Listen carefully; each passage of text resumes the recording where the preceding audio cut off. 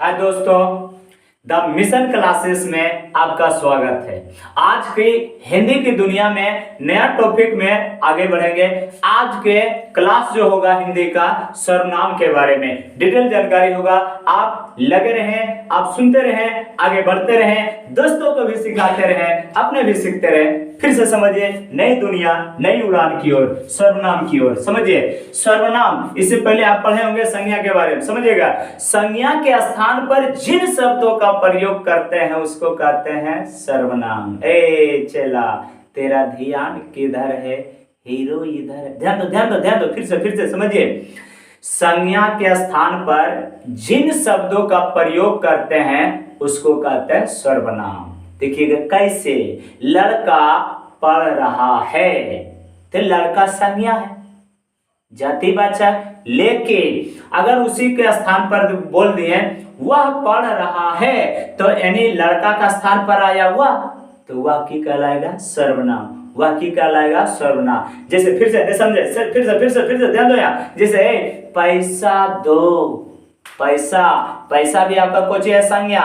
लेकिन अगर बोल दिए कुछ पैसा दो तो आपका, आप समझिएगा, यानी कुछ दो, इस तरह भी बोल सकते हैं। तो ये जो कुछ जो आया तो ये कहलाएगा कौची? सर्वनाम। उसी देखिए हम परिभाषा लिखते हैं, समझिए, जो शब्द संज्ञा के स्थान पर प्रयोग होता है उसे सर्वनाम कहते हैं। किसी को दिक्कत ना है, समझिएगा।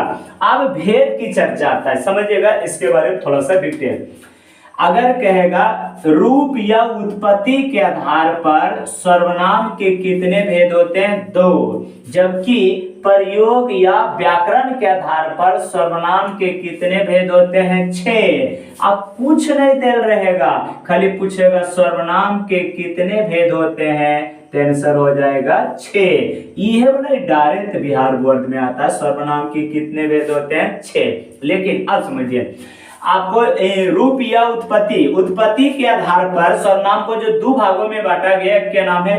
मौलिक सर्वनाम, इसी को कहते हैं मूल सर्वनाम। जिस रूप से उत्पत्ति हुआ, जिस रूप से जन्म लिया, उसके आधार पर इसकी संख्या कितना है? 11। ये ऑब्जेक्टिव आता है, सर्वनाम की कुल संख्या तब 11। याद रखिएगा, सर्वनाम की अगर पूछेगा संख्या कितना है तो आंसर हो जाएगा कुछ 11। लेकिन सर्वनाम के भेद कहेगा तो हो जाएगा 6। ये कौन कौन है? 11 के 11 बचना चाहिए, क्योंकि वहां क्वेश्चन आता है इनमें से कौन सर्वनाम नहीं है। जैसे मिला देगा, समझिएगा, मैं, तुम, हम लोग, लुधियाना सर्वनाम नहीं है। अच्छा, और समझिए, फिर से समझाते हैं, ध्यान से समझिए। तो इसीलिए 11 के 11 बचना चाहिए, समझिएगा। जैसे आपको याद रखिएगा, देखिए याद करने का कुछ हम नमूना बता देते, समझिए। मैं, तुम, आप, 3 को हो गया। 4 को बोलेंगे क से, कौन क्या कोई कुछ, कौन क्या कोई कुछ। 4 3 7, 4 3 7। उसी प्रकार नहीं कर सकते हैं, फिर आ जाएगा आपका यह वह, यानी 7 2 9 और जो 100, 9 2 11। फिर से एक बार समझिए, हम एक बार रिपीट कर देते हैं, बात को समझिएगा। जैसे आपका यह वह, मैं, तुम, आप। 5 इधर, कौन क्या कोई कुछ, 9 को जो और 100, यानी हो गया 9 2 11। 11 के 11 पर चाहिएगा। आप समझिए यौगिक सर्वनाम, इसके बारे में थोड़ा सा आप बात को समझिएगा। यहाँ तक जो हमने लिखे ये मूल सर्वनाम के बारे में लिखे हैं 11 को, ये आता है वो यौगिक सर्वनाम किसको कहते हैं, समझिएगा। मूल सर्वनाम में अगर कोई आपका कहा जाता है जोड़कर जो बनाया जाए, अच्छा योग से, किसी दो योग से या जोड़कर या कारक चिन्ह लगाकर बनाया जाए, उसको कहते हैं यौगिक सर्वनाम। जैसे समझिएगा, आपको अगर हमने लिख दिया जैसे मैं, तो मैं क्या है? मूल सर्वनाम। इसी में लिख दिए मैंने, इसी में लिख दिए कौची? मैंने। तो ये जो मैंने आ गया, या तो इसी में कह दिए हम, इसी में कह दिए हम लोग, इसी में कह दिए हम सब, तो ये सब कहलाएगा कौची? यौगिक सर्वनाम। किसी को दिक्कत है? नहीं समझ आए? फिर से ध्यान दो, ध्यान दो। जैसे एक एग्जांपल ले लेते, ध्यान से समझिएगा। जैसे अगर यहाँ लिख दिए वाह, ये कौची है? मौलिक सर्वनाम। अब इसी में कुछ जोड़ के अगर बोल दिया, जैसे वे लोग, फिर कहेगा ये लोग, इस तरह से कुछ अगर जोड़ के बना दे तो ये सब कहलाएंगे कौची यौगिक सर्वनाम। ये भी सर्वनाम है। अच्छा बात समझ रहे हैं ना? हाँ, लेकिन सर्वनाम की संख्या पूछेगा 11, जो मूल रूप से होता है उसी का चर्चा। आप समझिए सर्वनाम के 6 भेद होते हैं, वो कौन कौन होते हैं आप समझिएगा। जैसे नाम सुने होंगे पुरुषवाचक सर्वनाम, निजवाचक सर्वनाम, निश्चयवाचक सर्वनाम, अनिश्चयवाचक सर्वनाम, आपका प्रश्नवाचक सर्वनाम, आपका संबंधवाचक सर्वनाम। यहां से आप इन 6 के 6 याद रखिएगा, क्योंकि आपका कहा जाता है ये तीनों मिला क्वेश्चन देता है। आपका संज्ञा वाला, सर्वनाम वाला, विशेषण वाला, तीनों मिला देता है। इनमें से कौन सर्वनाम नहीं है, इनमें से कौन विशेषण नहीं है, इनमें से कौन आपका संज्ञा के भेद नहीं है। तो इसीलिए तीनों स्पष्ट 6 भेद याद रखिएगा। अब 5 भेद संज्ञा वाला भी याद रखिएगा। बिल्कुल आप स्क्रीनशॉट लेना चाहते हैं तो स्क्रीनशॉट इसको ले सकते हैं, ले लीजिए आप। चलिए आप लोग बच्चों यहाँ तक स्क्रीनशॉट मार लिए होंगे या तो इसको नोट कर लिए होंगे। अब यहाँ से आगे बढ़ते हैं, ध्यान से समझिएगा। यह कब की चर्चा हम डिटेल करेंगे, आप समझते जाइएगा। पहला है पुरुषवाचक सर्वनाम, वैसे सर्वनाम जो पुरुष जाति का बोध हो। पुरुष के मतलब महिला पुरुष दोनों।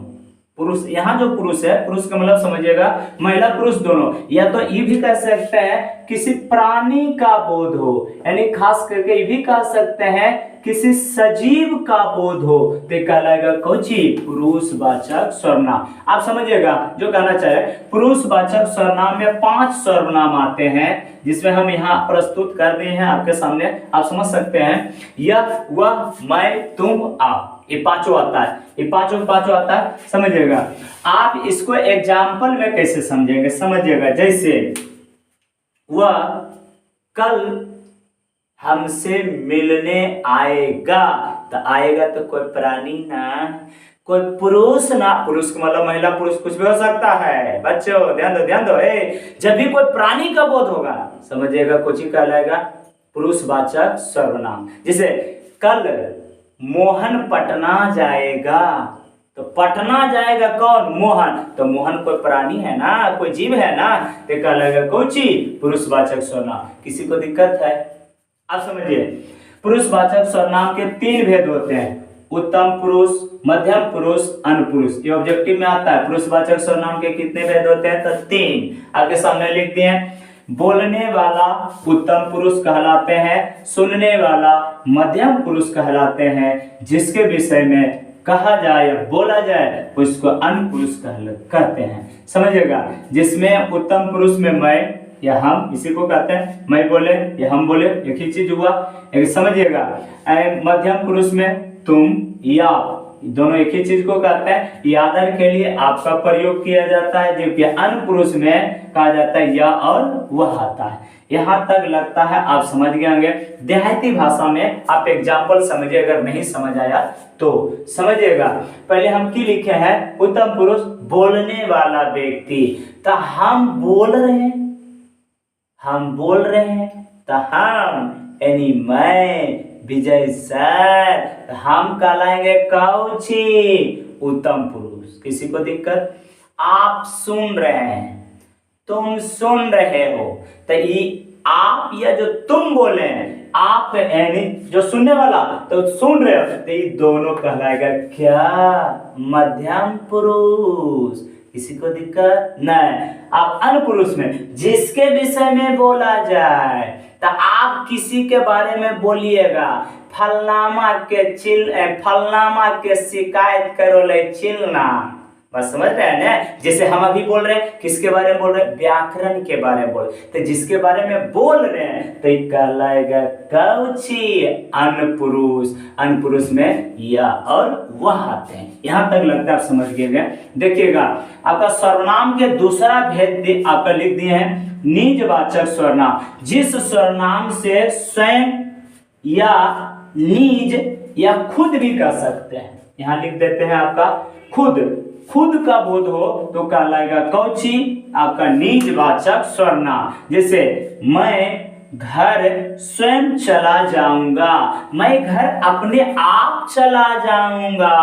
तो अपने आप खुद ना, स्वयं ना, हम ना, तो निजी का बोध करा, अपनापन का बोध करा, तो ये कहलाएगा कौची, निजवाचक सर्वनाम। समझ आया? चला ध्यान दो फिर से लिखें, देखिए समझिए, ई किताबी भाषा एग्जांपल दे ले, किताब में दे ले, ये वाला अक्षर आता है 12 में, समझिएगा, इसीलिए इसको डबल स्टार अगर मार दें तब भी कम है, ट्रिपल स्टार होना चाहिए, VVI, समझिएगा, वेरी इंपॉर्टेंट। जैसे मैं आप ही चला जाऊंगा, आप मतलब अपने आप, यानी स्वयं चला जाऊंगा, तो कौन सर्वनाम कहलाएगा, निजवाचक सर्वनाम। यहां तक लगता है समझ गए होंगे आप, इसको स्क्रीनशॉट मार लीजिए, फिर आगे बढ़ेंगे।